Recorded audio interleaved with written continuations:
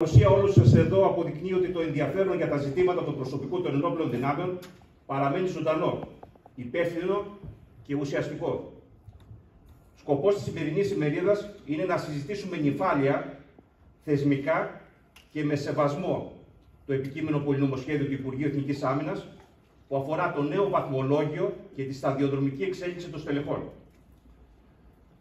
Ως οικοδεσπότες αυτής της εκδήλωσης, νιώθουμε την ευθύνη να αναδείξουμε με καθαρό λόγο τις ανησυχίες, τους προβληματισμούς, αλλά και τις προτάσεις μας, με στόχο τη βελτίωση και τη δικαιοσύνη του θεσμικού πλαισίου. Η ΕΣΠΕΛ, μελετώντας σε βάθος το σχέδιο νόμου, έχει ήδη καταθέσει αναλυτικό υπόμνημα προς όλους τους βουλευτές του νομού Λάρισσας. Το μήνυμα αυτού του υπομνήματος είναι ξεκάθαρο. Το προτινόμενο βαθμολόγιο, στην παρούσα μορφή του, δεν διασφαλίζει ισονομία, σταθερότητα και προβλεψιμότητα για τα στελέχη.